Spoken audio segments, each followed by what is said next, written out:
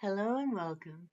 Today I'm doing the Bring Browsing Back book tag, and I was tagged by Pat from Book Chat with Pat. This tag was originally created by Karen at Roving Reader, so be sure to go check out her channel, as well as Book Chat with Pat. The prompts for this tag are number one, Magic of Discovery. Share a book you found while browsing that you may not have discovered otherwise. For me, that was Paranormality.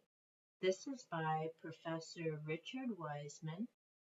There's a comment on the front from Richard Dawkins.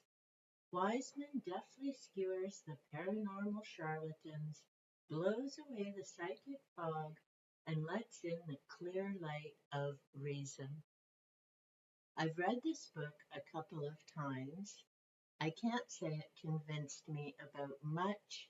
It did point out things that I'd already known, but I did find the chapter on the amazing Randy very interesting.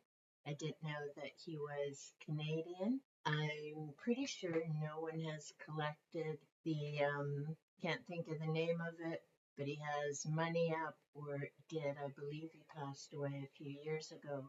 But his foundation may still have the money up for if you can prove any of this, they'll pay you, I think it's up to $1 million.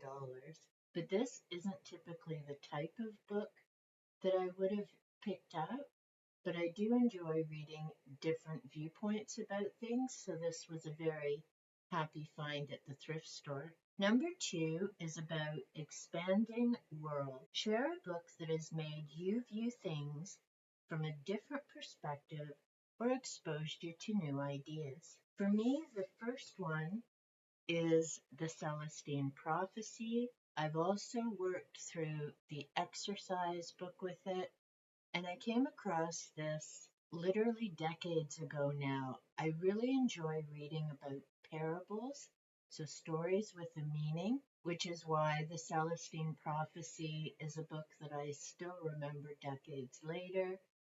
It's about an individual, our narrator, who is at a crossroads in terms of where to go with his career.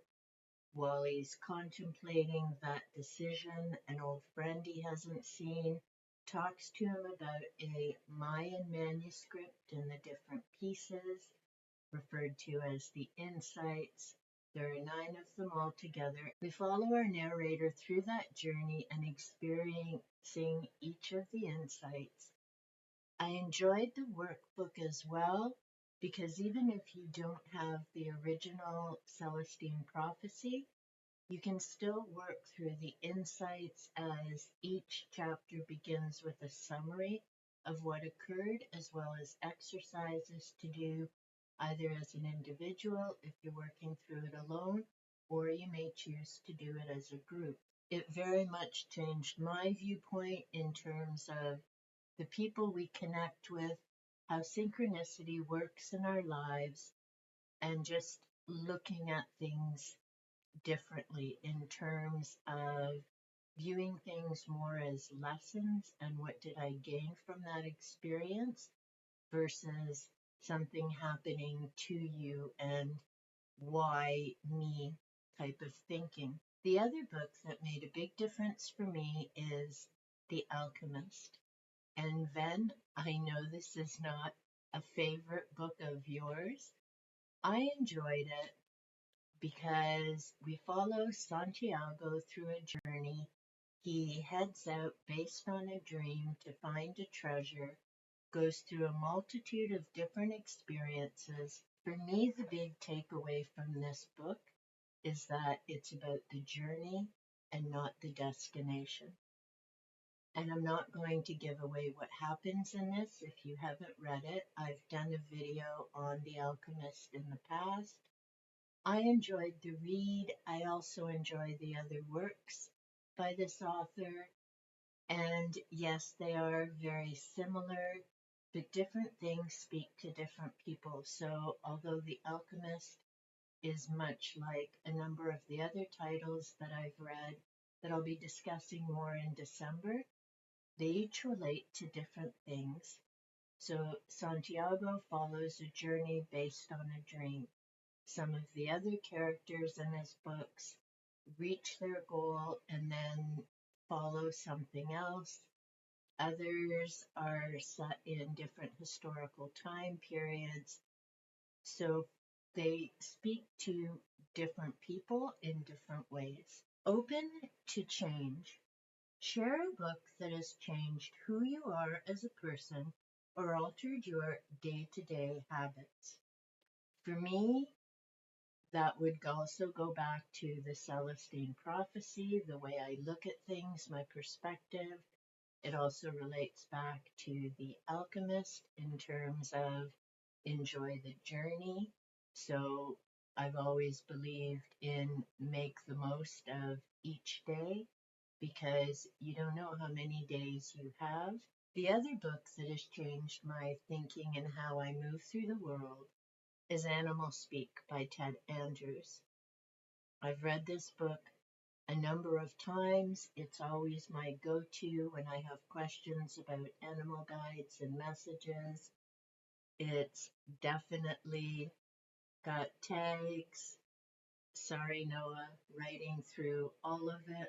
And I've referred back to it many times over the years. Ted Andrews is a writer I very much enjoy. He lays things out easy to understand. If you're new to working with animal guides, this is the book that I recommend that people start with. He goes through, there are great descriptions, there are wonderful pictures throughout as well, and it's broken into different sections. So we learn about working with animal guides. Then he goes into a glossary of different birds. The next section are animals. So you can look up specifically what you've seen in your area, or maybe you've had a dream about something. And the back section is insects. So he's got a wide variety of information. So if you're interested in working with animal guides, this is a book I highly recommend and has certainly been, as I say, my go-to over the decades, as this is a journey that I've been interested in. And it's important to remember that when you're working with animal guides, sometimes, for example, seeing a cardinal, you're just seeing a cardinal. But the important thing to consider as well is what were your thoughts before you saw that animal, bird, or insect? Were you trying to find an answer, a solution to a question? When I've been contemplating how to do certain things or move forward, sometimes I'll see cardinal, and for me, that's a message to be creative and use those creative abilities, whether that's doing crafts like making books or my rug hooking or knitting, or whether that means making a video to put out a message and share with other people. The important thing to remember is you have to look at a number of different things when you're working with animal guides. It isn't simply, oh, look, there's a skunk. Skunk means self-respect. I guess I need to work on that. There's so much more to it, and Ted Andrews explains it beautifully in his book. The last prompt is browse a bookstore, library, or a friend's shelves. Talk about a book that you found there. I've actually done that in a number of my recent thrift store episodes. For me, it's always an adventure and a thrill, the different titles I find. Some I'm looking for, but some I'm not. In my latest episode of the thrift store, I found a Star Trek book based on psychology, two things I very much enjoy, and I wouldn't have known to search up that type of a book. So I very much enjoy the whole browsing experience. The last prompt, number 5, is of course to tag people. So, Janie, as always, your tag. Anyone else watching this, by all means, I would enjoy hearing your answers and responses to this. Be sure to tag me in your video so that I can see your answers as well. Hope you enjoyed, and until next time, happy browsing and take good care.